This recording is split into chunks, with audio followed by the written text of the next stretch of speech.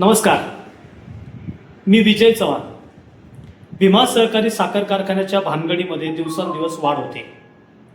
ही कुठली भानगड आहे हे सर्वांना थोडंसं समजून सांगण्यासाठी आम्ही लोकांचा आवाज म्हणून तुमच्यापर्यंत येतोय.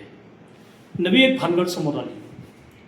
ह्या भानगडीचा खरा जर विचार केला तर कोट्यावधी रुपयाचं व्याज जे भरलंय ते ज्या रकमेसाठी व्याज भरले, ज्या कर्जासाठी व्याज भरले, ती कर्जाची रक्कमच दाखवली जात नाही.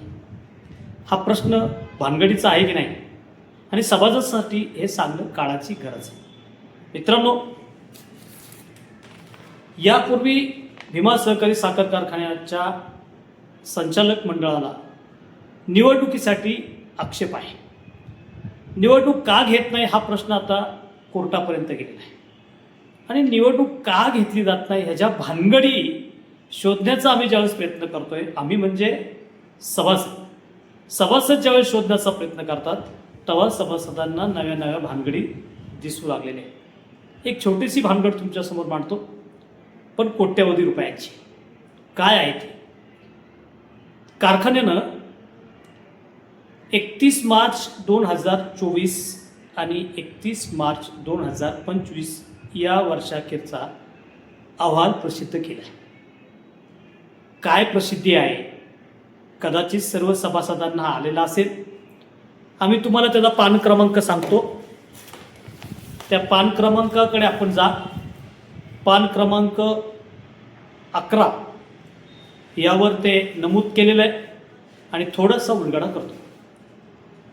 अहवालामध्ये व्याज भरलंय, ती रक्कम दाखवली 2024ची सांगतो 20,60,60,730 रुपये.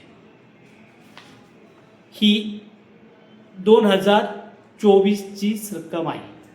2025 मध्ये अशा स्वरूपाची कर्ज भरलेली रक्कम, अशा स्वरूपाची खेळत्या भांडवलावरील कर्जाच्या व्याजाची रक्कम 22,60,91,470 रुपये अशी नमूद केलेली आहे. परत एकदा दाखवतो. हा अहवाल आहे.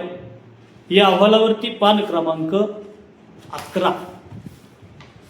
पण विशेष याच्यामध्ये एक भानगड, हे जे व्याज भरलेलं आहे आणि हे कर्जावरती व्याज भरावं लागतं आणि ह्या दोन्ही ठिकाणी 24 आणि 25 या ठिकाणी पाहिलं तर 94 कर्ज भरले, व्याज भरले.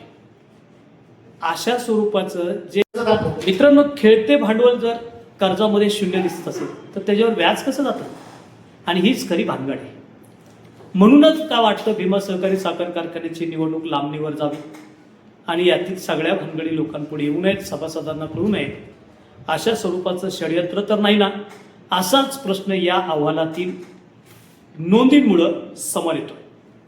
दौंड तालुक्यातला खऱ्या अर्थानं शेतकऱ्याचा आत्मा म्हणून ज्याची निर्मिती झाली, ज्या स्वर्गीय मधुकाका शितोळेंनी या पाटच्या भूमीवरती जो वटवृक्ष लावला, तो आता विशाल जरी झाला असेल तरी त्या वटवृक्षाला सध्या कीड लागलेली आहे आणि ही कीड भ्रष्टाचाराची आहे का असा प्रश्न या निमित्ताने समोर येतोय. म्हणूनच का होईना दौंड तालुक्यातील भीमा सहकारी साखर कारखान्याच्या निवडणुकीचा प्रश्न हा मुंबई येथे हायकोर्टात सुरू आहे. 2 तारीख आता हायकोर्टाची आहे. पुढे काय होतं ते आपण पाहणार आहोत. आपल्याला आपण ते दर्शक प्रेक्षकांसाठी सांगणार आहोत. मी विजय चव्हाण, तुम्ही पाहत राहता आहोत लोकशाहीचा. संपर्कासाठी 94 23 21 22 27 97 65 56 69 16. धन्यवाद.